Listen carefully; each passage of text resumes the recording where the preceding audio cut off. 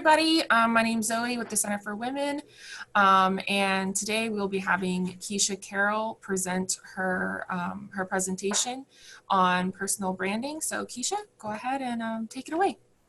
Thank you so much, Zoe, and thank you to the Center for Women for hosting this presentation today. I'm so excited to be here. I know this is a topic that's really important to people in a situation where maybe they're in a career transition, so very good timing. I typically work with businesses and their business leaders on helping to build their business and their brand. So this is oftentimes something that I'm presenting to a company or a nonprofit. So it's very exciting for me to be doing it on a personal level with all of you here today. So we're going to be thinking about ways to confidently present your brand, regardless of your situation. So you might be a business owner and thinking about ways to better portray your brand to your constituents or to sell your products and services. You might be thinking about advancing in your own company at the moment, changing roles or something like that where you need to transition. Or maybe you're without a job and you're interviewing, and this is a very important part to the next step for you. So thank you for being here. This is part two of a two-part series. And the first part was on personal branding. So we're going to go through a little bit of a refresher of that first so you have that information, but then also go through the ABCs of confidently presenting your brand. And then lastly, pull it all together so that you have the information you need to present your brand in an interview situation or in a business meeting or any sort of conversation that you might be having. So first, let's talk about what is personal branding.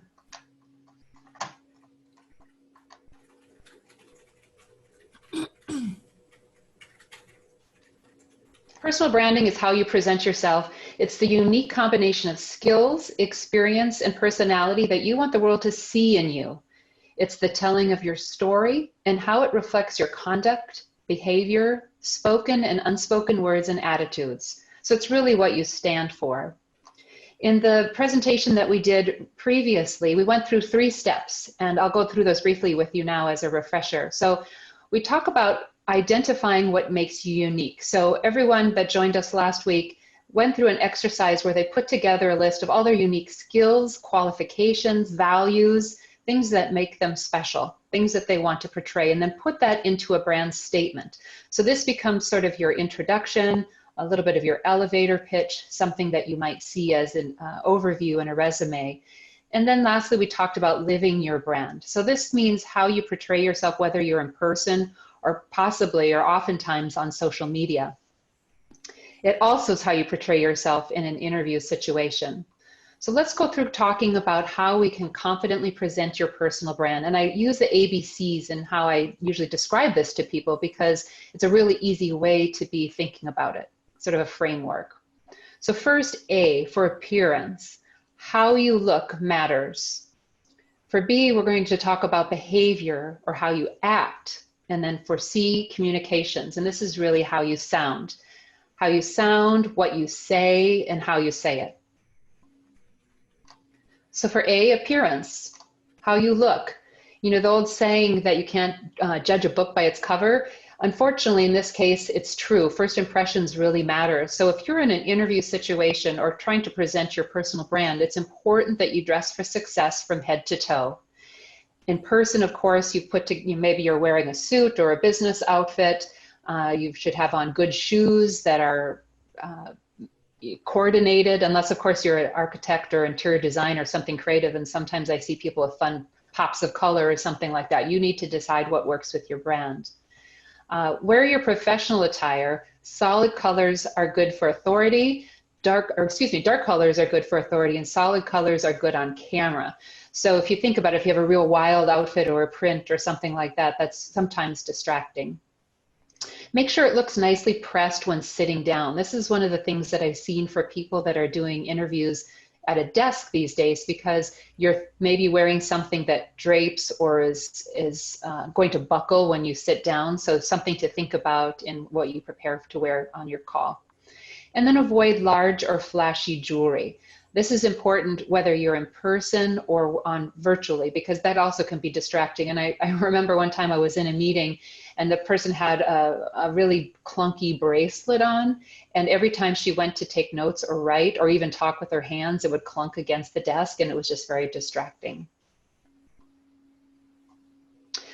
So for behaviors, we're going to talk about how to act. Your nonverbal cues are just as important as your verbal cues.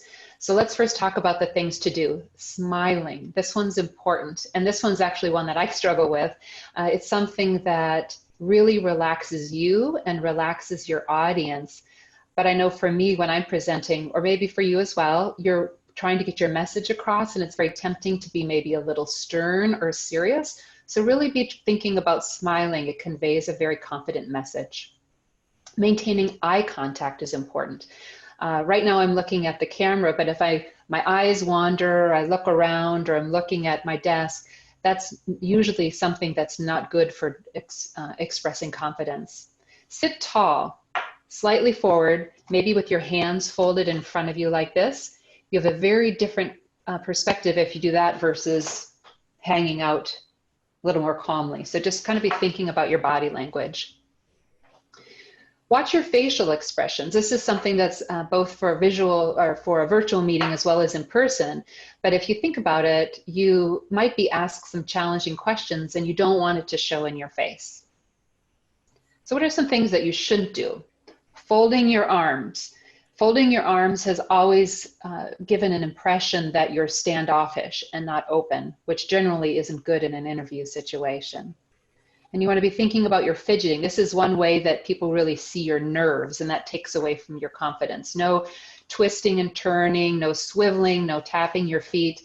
Or I was on a call last week where the person was leaning back and forth in their chair, and I thought I was going to have to get my seasickness tablets.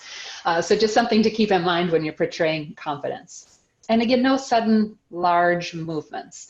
So some movements are good, maybe using some hand expressions, some movement, but if you're making big grand gestures like this, it's going to be distracting on your call, probably in person too. So what are some other confidence boosting behaviors besides some of these just general tips? One thing that I think is very important is to be early and to be ready. Confidence really can go away quickly if you feel rushed, and they'll see or feel that in your interview. So generally be sitting at your desk or arriving in person 15 minutes early. Have some paperwork to review that you can use to prepare. You might want to try some relaxation techniques. A real good one, if you're a yoga person or a meditator, is just breathing, just taking deep breaths. It calms you, it slows you down, it focuses you and makes you feel prepared. And then lastly, remember that these are people too. I always tell when I'm media training executives, they're so scared of the press sometimes, and you might be a little nervous about talking with a potential employer, but they're there to get to know you. They might be nervous as well. They might feel uncomfortable in a virtual meeting situation. So it's good to remember that these are human beings and we're having a conversation. So C for communications, what to say. Some words that might be helpful for you. We've talked a lot about personal branding, and you have a message that you want to get across, and I'm hoping that you feel really confident with that. But some words that you might want to think about using or not using that can either help you exude confidence or take away from it. Things like some positives that you can use are I am confident, I am certain, I'm positive. Those are very proactive and very authoritative. I will, I know, I need, yes, absolutely. Those are very affirmative and very confidence exuding. Words that you should stay away from are I could do that. Doesn't sound very confident. And ahs make you sound less confident. Kinda, sorta, maybe. Those kinds of words really, if you put them in your answers, just subliminally take away from your confidence. So just something to think about. The one that I struggle with is think. I say, I think you should try this, or I think that's a good idea. And I have to remember just to say, it is a good idea. And that sends a very different message confidence-wise. So not only the words and what you say are important, but how you say it. So speaking up and enunciating is important. You want them to hear what it is that you have to say. So volume is important, and a lot of that comes from your breath and projecting your breath, making sure you have a good breath, and then enunciating so that they can hear every word and it's not confusing. Inflection for energy and emphasis is important. So you don't want to be talking monotone all at one level. You want to make a point with how you say something and put some energy into your words and do something, how you shift your inflection so that they understand it's important. Think about pacing and the pause. Pacing meaning you don't want to rush through it, but you also don't want to lull them to sleep. That part of that is reading your audience. The pause is helpful too. And by that, I mean, in an interview situation, it's almost like the use of a period. So it's tempting, especially maybe the first question is, tell me a little bit about yourself, to talk and talk and talk. And you want to be able to take a pause, partly so that they can interject or ask a question, but also to check in with them and see if they should be going deeper. Did you answer their question? You can also make a pause if you want to emphasize something. So just so it really sinks in. So don't be afraid to use that. I have a note from Satura, so I'm just going to add her in. Okay. Remember to let the interview finish before starting. This is important, particularly in this time where everybody is on a virtual situation, because everybody's digital or online or internet connection might be different. So if you try and move too quickly to answer a question, it's very possible that they'll miss the first couple words of your sentence, and you don't want them to do that. It's good. This is a good exercise to do anyway, because if you're in a live interview situation, it's still good to wait till someone finishes their question, pause, and then give them your answer. So how do we pull all this together in an interview situation? We've gone through the ABCs about how you look, what you say, how you say it. How do we put this together in an interview situation? And if you don't find yourself specifically in an interview situation, this applies to the examples I shared earlier, where you might be changing in your role within your own company or promoting your own business. So preparing is important. Choose a location that is free from distraction. So I'm in my office today, I've closed the door. If you have children, pets, you want to do something with them. If you have a lawn service, you might want to have them come on a different day. And sometimes if I'm expecting a package or something, I might put a note on my door asking them not to ring the doorbell. So these kinds of things are important just so you can sit and feel comfortable and do your interview or your meeting in confidence. It also means that you should turn off your cell phone, take away your notifications on your email, very simple things. But if you have those beeps coming in or things that distract you, it could be very harmful in an interview situation. Make sure you have strong Wi-Fi and a full battery. This sometimes is challenging with so many of us on Wi-Fi. So if you're in a group or a family where several people are on the internet, you might want to make sure that you're the only one using the connection for the interview or the conversation. That will be helpful. And then test all the equipment. I always suggest that people run through the setup they would maybe the day before and make sure that the audio works. They know what the background looks like. They know how the screen is set up on their desk. Everything feels really comfortable. And then do it again, maybe 30 minutes before your presentation, just to make sure your equipment's working properly. And then practice in front of a mirror or do a test run. I think it's important that you see yourself in a mirror so you know how you look. We talked about facial expressions. We talked about just sort of your general appearance. And I think when you see yourself, that's important. And one thing, when people ask me about attire, I have actually seen people put on different outfits, sit in front of the computer and have a video display on, and then take a picture of themselves in different outfits to see what looks best and what presentation they want to portray visually in an interview. So just another example of ways that you can practice.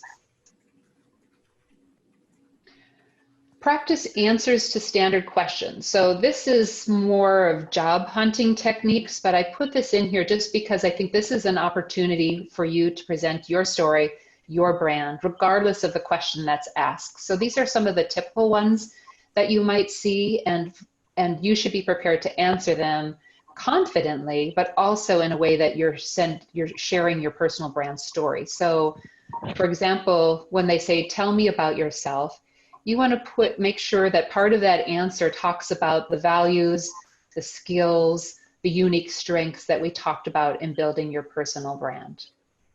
Certainly the last one too, why should we hire you? This is really an open door for you to tell them exactly what they need to know. So I'd like you to think about being prepared to be virtually amazing. So by this, I mean, when you're virtual, things are a little different in how you come across.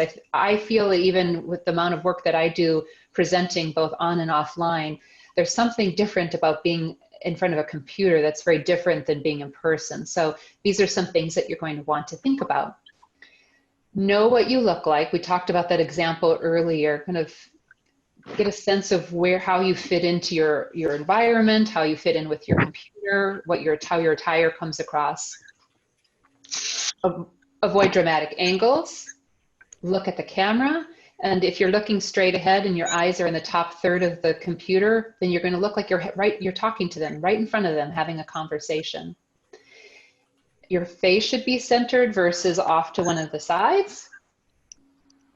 And you want to think about touching up like a pro. I think especially for women that have maybe powder or makeup or hairspray, these are good things to think about so that you come across well in a virtual situation. What about the lighting and backgrounds? This is also very important. We all have become somewhat of production experts here in how we do these meetings because lighting matters. You want to fill your face with light, and the best way to do that is have the light come from above or in front of you, not behind you. Natural light is good, but you don't want to have it behind you. A lot of people I see sitting in front of a window, it really makes the person speaking dark and it's hard to see them, and as a result, it's hard to really connect with them. And then lastly, backgrounds. You want it to be something that's consistent with your brand. Mine happens to be, this is my office, and I would say it's borderline a little busy, but it's consistent with the kind of work that I do, which is very creative. So I think for me, it fits, but you don't want it to be overly busy or unprofessional. And you probably shouldn't use a Zoom background. And as fun as those are, and sometimes they can put your logo on there, which is very creative, it's very difficult for you to come across authentically with a Zoom background, because if you've seen those with people, when they move, they look a little robotic, and that isn't necessarily the presentation that you want to give. So here's some examples of backgrounds you don't want to use.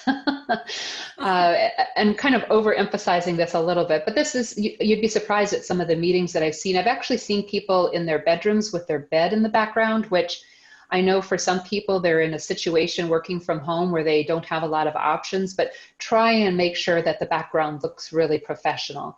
Even something just like this would be a stronger background, a solid color. If you have a wall that's painted, take a picture off the wall and sit in front of it. These, you can see how this person comes across very differently than these people with just by the background alone. So we've talked about the logistics and all of these things that you need to be thinking about. It's kind of like, I don't know if anyone plays golf, but if they tell you, swing this way, stand this way, hold your hands this way, it gets to be a lot of instruction. So we've gone through a lot of things today to be thinking about, but I want you to be mindful of the takeaway as well. And by that, I mean, what message are you trying to send? And really, you are the message. You have a story to tell, but all of these elements come together to be the message that you're trying to present. We've gone through them. Maybe the only one that's different is humor. Humor is a part of your personality that you're going to want to be thinking about the best way to get that across. If you're likable, you're believable, and that's important in any sort of interpersonal communication. But you want to really be thinking about one more thing, and that is, what do you want to accomplish? This isn't just about how you look, act, and sound, or what you say. You're trying to, in each one of these conversations, whether it's an interview or a presentation, you want to be thinking about what you want your audience to do, feel, or think. So for do, it might be you want them to invite you in for a next interview. It might be to come to a seminar, another seminar that you're doing. It might be to follow your company on social media. Whatever the case might be, there's an action you want them to take. And if you have that in your mind, everything you do, it's your goal, will lead up to that. How do you want them to feel? Do you want them to feel confident in you? Do you want them to have energy? Are you trying to create an emotion? And then what do you want them to think? What do you want their takeaway to be? And that takeaway is oftentimes what you want to put in how you close the interview and what you do after the interview, which is oftentimes just as important as what you do preparing for it. Share your appreciation. Thank the interview for the opportunity before you even get off the phone, off the video call. And then follow up with a post-interview thank you within 24 hours. And in that thank you, this is your opportunity to reinforce your message. You could really say anything in here that you want, why you're interested in the job, why you think you're a good match, and maybe reference something that came up in the interview that you want to let them know that you were listening and you heard them and you have good response. Or maybe it's something that you wanted to share about yourself that didn't come through in the interview. All of these things are part of how you present your brand. And at the very end, and in the thank you, is oftentimes where you can do that. The last thing I will leave you with is whatever you do, remember to be yourself. It's so very easy for you as we're going through all of this to feel like there's a lot of moving pieces and you have so many things to remember. And really, these are just here to help you prepare to be your best self and to present your best self. But if you are you and you come and that comes through, that essence comes through, you're going to be just fine. So thank you for joining us today. If you have any questions, please let me know. But otherwise, I wish you well on your journey and good luck. Thank you so much, Kecia. I really, really appreciate it. You're welcome. Yeah, have a great rest of your day. Thank you too. Bye-bye. Bye, everybody.